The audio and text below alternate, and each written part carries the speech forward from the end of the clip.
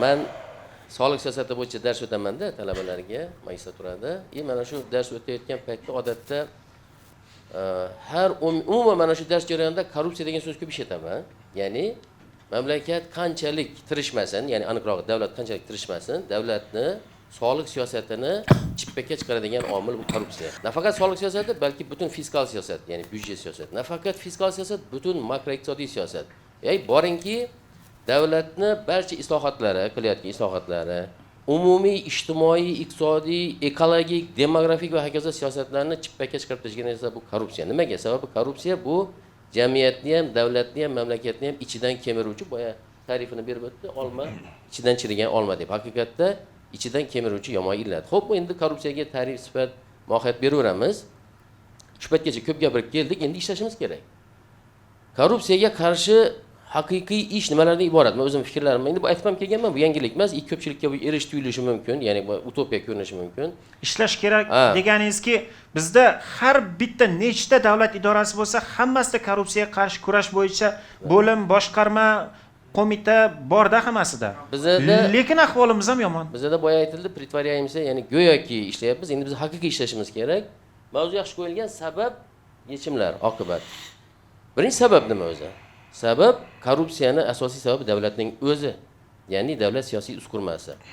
Hech qachon davlatdan tashqarida bo'lgan ikkita tomon bir-biriga pora bermaydi. Bir tomon, kamida bir tomon davlat vakili bo'lishi kerak, yoki ikki tomon ham davlat vakili bo'lishi kerak. Shuning uchun birinchi Karl Marks bir gap aytgan, davlat bu siyosiy parazit bo'lib, uni kattalashi xuddi inson badanida parazit qanday oqibatlarga olib keladigan bo'lsa, xuddi shu narsaga olib keladi. Demak, davlat siyosiy uskurmasini yoki ana oddiy tilda aytgan paytda davlat boshqaruv organlarini o'zini qisqartirishimiz kerak biz. O'shanda biz korrupsion omilni, ya'ni sababni qisqartirgan bo'lamiz. Men har doim aytaman, hukumatni yoki davlat apparatini biz ham vertikaliga, ham gorizontalga qisqartirishimiz kerak. Misol uchun hozir vazirliklar bor. Hamma vazirlik hozir esimda yo'q, sababi juda ko'p, lekin men aniq ayta oladigan umuman kerak emas bo'lgan vazirliklar bor. Bular birinchi mana eng keraksizlardan boshlaymiz, madaniyat vazirligi. Umuman kerak emas. Sport vazirligi umuman kerak emas. Qishloq xo'jaligi vazirligi umuman kerak emas. Suv xo'jaligi vazirligi, investitsiyalar, sanoat, bular hammasi bozorga qo'yib beradigan narsalar.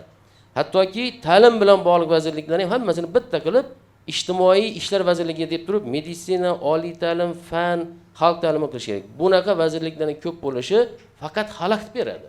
Litsenziya olishda, sertifikatlashda, boshqa har xil reglamentatsiyalar bilan jamiyatga xalaqit beradi bu. Ya'ni xususiy tadbirkorlikka, raqobatga xalaqit bergani qoladi xolos. Buni qilayotgan ish yo'q bunday qarasangiz. Lekin mana shu vazirliklarning ko'p bo'lishi, bunga o'xshagan vazirlik ko'p. Agar bu o'tirib bir so'rasangiz, men ro'yxatni oldimga qo'yib, qaysi vazirlik nima ish qiladi, kerakmi, kerak emasligini nima qilamiz.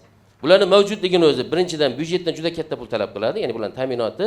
Ikkinchidan bular davlat xaridi orqali yoki umuman mana shu o'zini qo'lidagi vakolatlar orqali korrupsion omil bo'ladi turish turmushi. Demak, biz birinchi navbatda hukumatni, ya'ni vazirliklarni qisqartirishimiz kerak. Bu vertikalligi deb aytiladi. Ikkinchi gorizontalligi, O'zbekistonga 14 ta ma'muriy birlik, 200 dan ortiq rayon shaharlar kerakmi? Hozirgi raqamlashgan zamonda nimaga kerak shuncha rayonlar? Men har doim aytaman, O'zbekistonga 70 ta tuman shahar yetib ortadi. 7 ta ma'muriy birlikka tushirsa bo'ladi. Endi tasavvur qiling, mana agar biz 14 ta viloyat yoki ma'muriy birlik deylik, 14 ta ma'muriy birlik 7 taga tushiradigan bo'lsak, 7 ta hokim, 7 ta hokimning har birida 4 tadan 5 tadan o'rinbosari, 7 ta prokuror, 7 ta viloyat soliq boshqarmasi, 7 ta hokazo hammasini zamlari, ularning apparati, sekretari, служебный mashinasi, unga ketadigan benzin, xarajat. Birinchidan biz byudjetni o'zini yengillashtiramiz. Ancha davlat byudjeti ancha yengillashadi. Mana sizga soliq yukini kamaytirishni asosiy manbai. Ikkinchidan biz korrupsion omil, ya'ni sababni o'ziga haqiqiy nima qilgan bo'lamiz, haligi mush tushirgan bo'lamiz.